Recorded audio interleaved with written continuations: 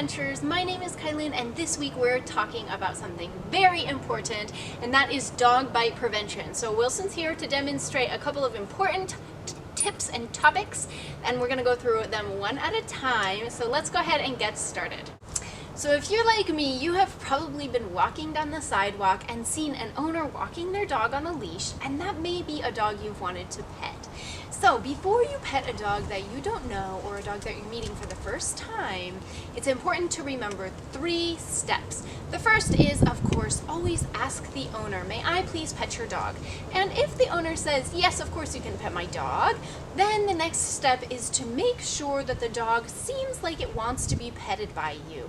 And the clues to look for are, is the dog wagging its tail? Does the dog's body posture look relaxed and calm to you? Is the dog looking at you? Maybe even moving toward you, or definitely not moving away from you.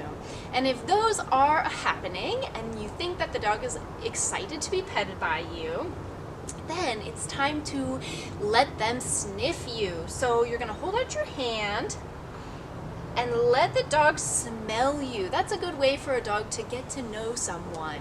Like humans shake hands with one another, but dogs need to sniff. So after the dog has sniffed you, now it's time to pet them. So good places to pet a dog for the first time is on the back right here, on the shoulder, or under the chin and on the chest. Those are good zones to pet a dog. A place that you should not pet a dog you're meeting for the first time is the face or the top of the head. Don't pet a dog on the top of the head. The paws or the tail, and lastly the stomach. Avoid those areas and just go ahead and pet them on the back, the shoulder, or the chest. Now let's say that you come across a dog on the street who does not have an owner and is not on a leash. They're just all by themselves. Do you think that is a dog that you should pet? Definitely not. If that dog is approaching you, I want you to become what we call our tree. And that means tuck your fingers inside close to your legs like this, curl them up, stand very, very stiff and tall like a tree, and even turn your head to the side and look down at the ground. It's very, very important to not make eye contact with this dog. Avoid looking at them, and if they come up to you and sniff you, just don't move a single muscle until they go on their way and leave you alone. Now, if that dog actually knocks you over, then we're going to do what we call the rock, and that means curl up on the ground in a tight ball like this. If you have a backpack with you, you should take the backpack and cover your face and your chest with it. Try and tuck all of your limbs and hands up close to your body. Curl your face inside and make sure that you don't move at all until the dog leaves you alone and goes on their way. There are a few more things to make sure that you always avoid doing in order to be safe around dogs and to avoid being bitten by a dog.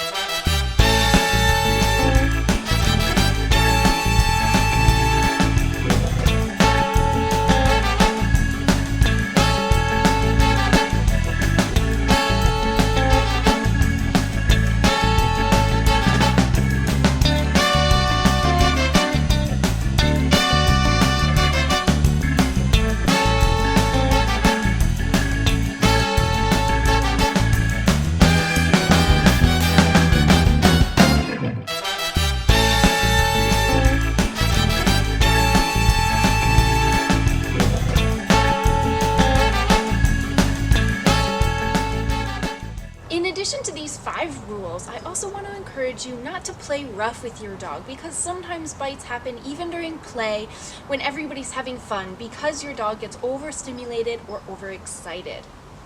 Last but not least, commonly dogs give clues with their body, using their body language before they bite to tell you, I'm not comfortable with what you're doing, please leave me alone, please go away.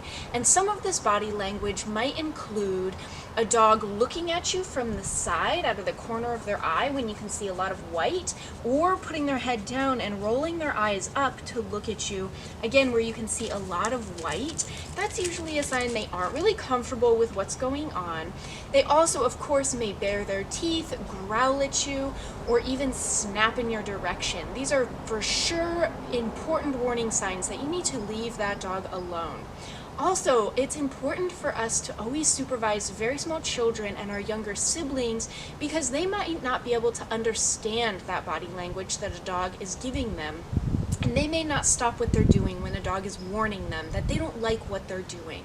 Make sure to never pull their ears, pull their tail, and don't let your younger siblings do that either. Thank you so much, everybody, for joining me this week and learning about this very important topic. I will see you all next time with a new animal adventure.